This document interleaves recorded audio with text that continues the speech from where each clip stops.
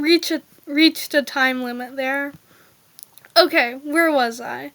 So, rehearsal review can be very similar to schedule, where it's just what did we get done during rehearsal. Important could be something like we really need to figure out where we're putting this platform or if we're going to have a platform. So that's going to be start things that you feel need to be addressed as soon as possible. This one has COVID safety, which can really apply to any sickness. Obviously, this was something made right out of 2020. So that could just be like, okay, we have a lot of sick cast members. Let's send out a note to be like, hey, make sure you're taking good care of yourself, and please don't show up to rehearsal deathly sick. As you can see, there are the same categories we had in the high school edition of a rehearsal report, such as lights, props, costumes, sound, and so you would essentially fill those out the same. Dramaturgy would be something filled out by the dramaturg attending. So you will not be the only one having access to this rehearsal report. They will also have access. Directorial, that could be from the director, and technical direction. If the technical director is there, they can also fill something out, as well as your assistant stage manager that would be with you. Okay, by the way, just in case you didn't know, the dramaturg is pretty much the person researching the history or context regarding the show, and they may add anything regarding time periods to rehearsal reports. So if it's like, oh, we're in the 1950s, actually, they didn't have Apple cell phones, that could be something that they add. Yeah. Okay, moving on. Okay, blocking. Okay, so blocking notation can look something like this. The ones circled are usually what I use the most, but there are a lot of different things you can use. For example, especially these ones in the rectangle, I use a lot, and I just combine them. I might do USL for upstage left, but you can also do UL for upstage left. Whatever works for you. I use this a lot for characters, and if I have ensemble, I might do their initials instead with a circle. And essentially, blocking notation is just something you can write down a lot quicker than saying, Natalie walked to stage left. You can just do M circle, this one right here, and then SL, and that works very well. Also, on the set plans, you're going to want to use this little symbol to actually show where they move on stage. So this is a great example of just really basic, oh, you're going to see it's going to start here and she's going to move towards the well. And that's easy peasy. That's usually just for walking. You can't really show if someone's sitting or kneeling through that. And this is how it would look on your script. So right where that person moves, you're going to write that little blocking notation. This has more written out, which is completely fine. It's really what's ever quickest for you. And if the scene's taking a long time to go through, you can just write everything out if you want.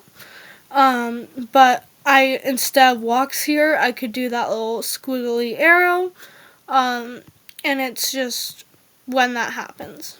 So very straightforward, and you don't need to memorize all these. You can have them open on your phone if you want, or on your laptop.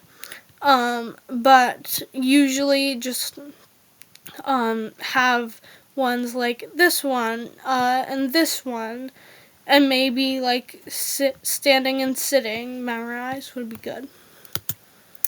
Scene breakdowns. So this is a very standard scene breakdown. It has a who, a what, a where, and props. So you're gonna have the act or the movement at the top, and then the scenes underneath it. The who is going to be anyone in the scene, even if they don't have any lines. If you have a smaller cast, of course you can add the actor names. But with bigger casts, it's sometimes easier to just write the character names. Props is literally any props that are in that scene. That comes really in handy for when you're making the prop tracking sheets. Where can be like literally in the story, where are they? Like, oh, they're in the underworld. Or on stage, where are they? And that could be center stage, the square platform, the circle platform, as listed here. What is going to be just a quick synopsis of what happens there.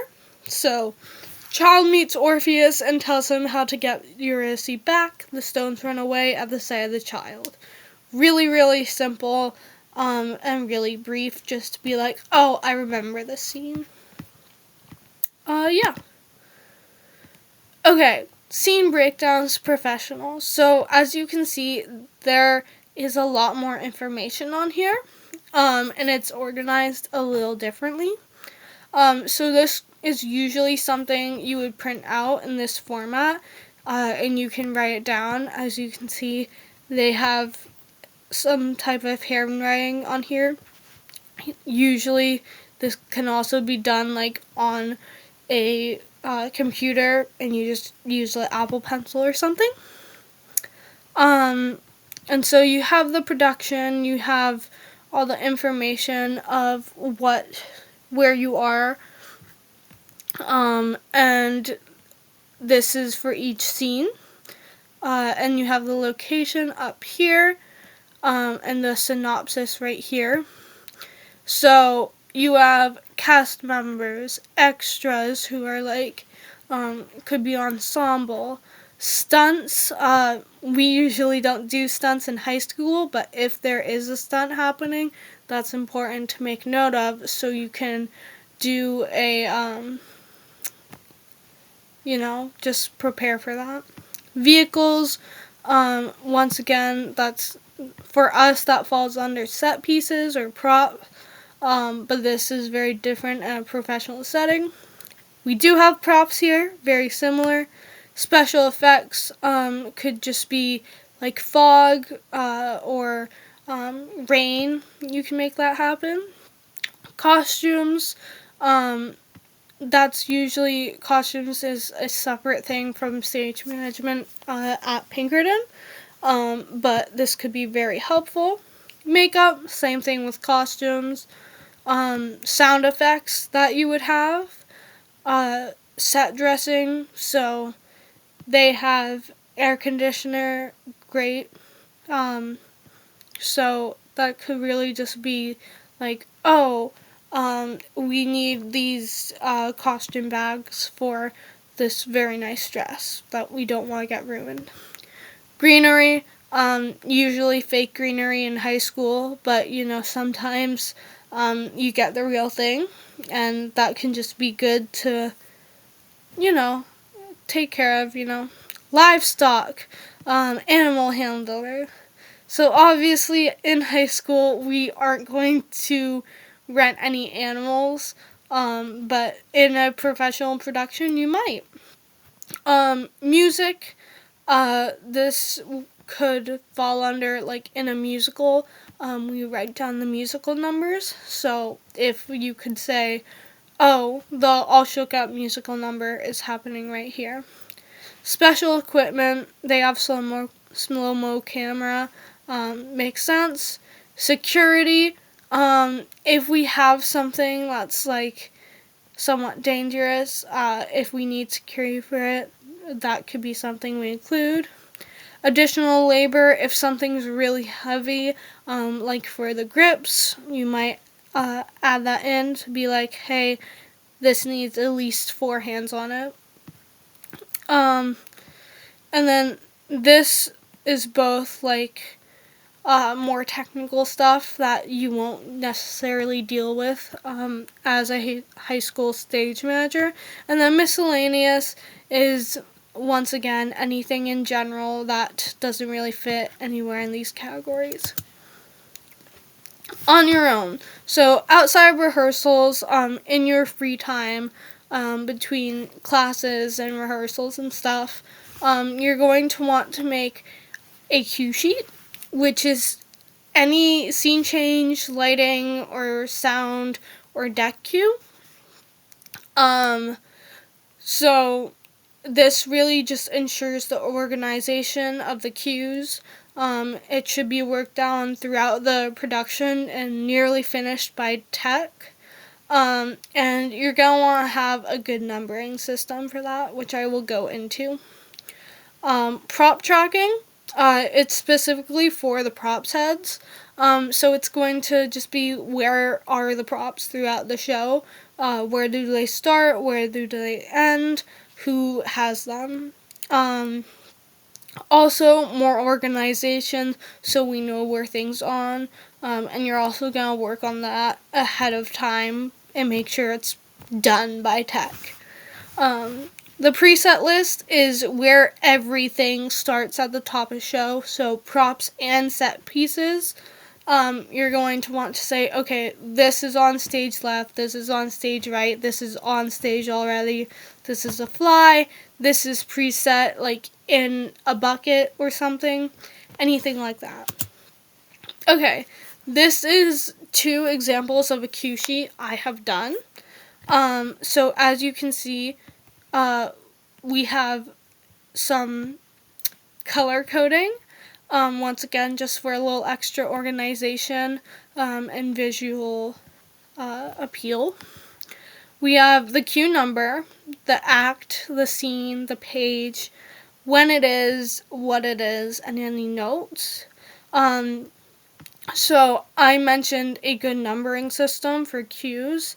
As you can see with this one, it's numbered by 5s. So we go 5, 10, 15, 20.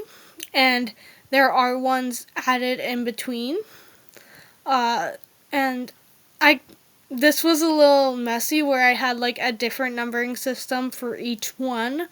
But it did work out well to be like, okay, I can add a cue, I can add a sound cue between 10 and 15 and have it be 11. And the reason why we don't just do 1, 2, 3, 4, 5 is because if we want to add in a cue, it takes a lot less time to say cue number 11 than cue number 10.1. But I do have decimals here because my lighting designer had a numbering system based off of the page number. So this is light cue 9.1 because it was page 9 and the first light cue on that page. So that's kind of just how numbering systems work. And you can figure out which one works best for you and the other members of your production team.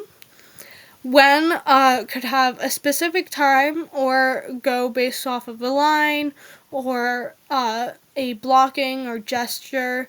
And so that's really just, simple, like, oh, Arcus enters or exits, and that's when this light cue happens. So for what? For lighting, you don't need to be very specific because it's just a lot to say, okay, there's like blue lighting over on stage left, but red lighting on stage right. So you can just say that the lights change, or lights up, or blackout, or blue out.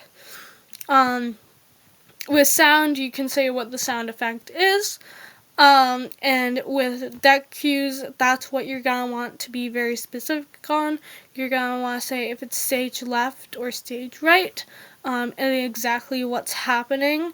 So if the picnic blanket and picnic basket and guitar are going out, or when they're going in, stuff like that.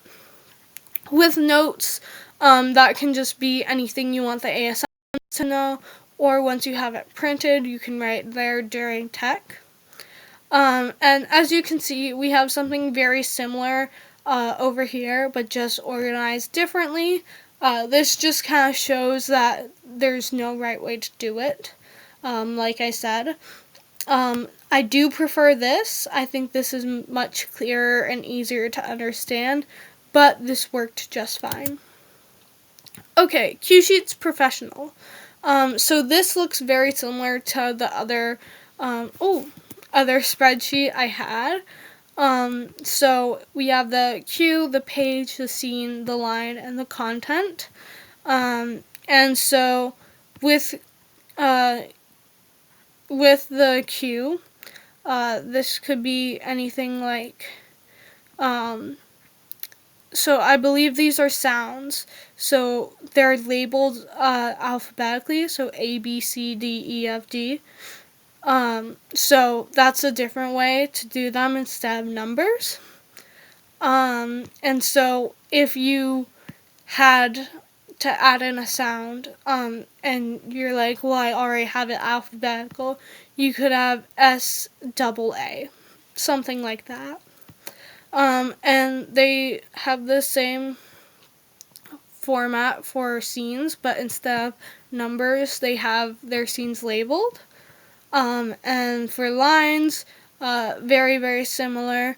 You have some lines, or you have with something, or you have based off of a movement or a time.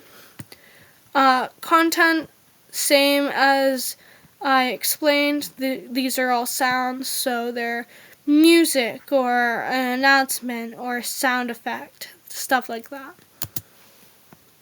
Prop tracking. Okay, so again, I have two separate types of prop tracking, one I did more recently and one that's older. You have the prop name, the movement or act, the scene, where the prop starts, where the prop ends, who takes it on, who takes it off, and any notes. So this is very straightforward. What is the prop? Where are you in the show? Same with that. Where does the prop start? Usually it will start off stage, or in an alcove, but it might also start on stage and it'll be preset. Where is it exiting? If it is exiting, sometimes it's just placed somewhere else on stage. Who is moving it to start with, and who is moving it to end with. And any notes that's like, okay, this is actually preset on the actor, or this is in their pocket, or for the rest of the show, this is with a different actor. And then over here, we have essentially the same information, but just organized differently. Like I said, I do prefer the kind of spreadsheet looking format, but this does work. Okay, prop tracking professionally. This looks a lot like the first one I had shown. So page, scene, what, where, who has it when entering, who has it when exiting, when does it go off stage, and where does it go off stage. So where could be if you have a very specific place for it, like this goes by the door. And then notes is once again anything. So you also have a little key over here that you can just look at. Okay. Preset lists. So I have a few of these. Preset for set pieces. things that are stage right, things that are stage left, things that are on stage, very straightforward. With props, you have a list of things that are actually preset on people or need to be done before the show starts, and then your standard stage right, stage left. I also have this that includes an alcove that we used and had props in. And other could be if they're placed within another prop or uh, on a oh my god, why can't I speak? On a set piece, you know? But very, very standard, just where does it start? Okay, this is a professional preset list. It has much more specific locations than just stage left, stage right. It has an exact location for everything, so you could be, oh, where are the produce crates? Oh, they're against the proscenium. And so this is organized very differently, where it's the location and then everything that's there. And this also works extremely well because you know if you're going to the road box, you're going to find power drills, the notepad, party favors, stuff like that. And so it gets the same point across, just in a different format. Okay, Tech Week. So before Tech Week starts, you're going to want to assign stage sides to the people backstage, and if you have light board operators, those people. And so work with your ASMs to figure that out. You're gonna want to put some thought into this to make sure that you avoid conflict and you prioritize productivity. So if you know that one person is going to be talking to their friend the whole time, maybe you put them with people who won't encourage that behavior. Or if you know you have someone that doesn't really put in a lot of effort, maybe you put them with a few other people who put in more effort. Just to kind of balance those behaviors out. And always, always, always offer any change making if you can to the people, such as Grips. And just understand, like, hey, if you don't work well with this person, I can absolutely do something to resolve that conflict. Also, just a note that with Pinkerton, anyone who does flies is going to be on stage right. But essentially, on every stage side, you're going to want an ASM, a crew chief, a props head, some grips, and yeah, that's your team. So yeah, new cues. So especially at Pinkerton, your lighting designer may not get your light cues until Tech Week because they need to program them and they may still be making them. So be on the lookout for new cues and definitely work with those people who you can get your cues from. And make sure that you know where they are and you can communicate very well. And also, this might not just be lighting cues. If you forgot to have somewhere that a bench comes off within the show, you can add a cue there to be like, okay, this will be taking off the bench. Double checking. Everyone else on crew is going to be very new to this show, so you're going to want to make sure that everything is going well, because you and the directors are going to be the people who know this show best. So you're going to want to be double checking not only your work but everyone else's too.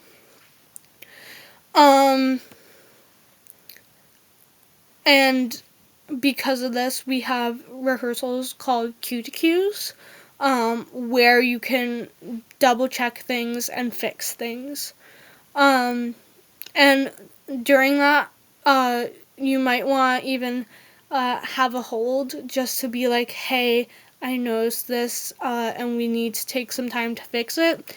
If you can't sufficiently fix that over headset. Printing, you're just going to want to get some things printed for everyone. So cue sheets for ASMs and board operators, preset lists, prop tracking, and if the president or someone is doing a pre-show speech, make sure that they have that printed out too.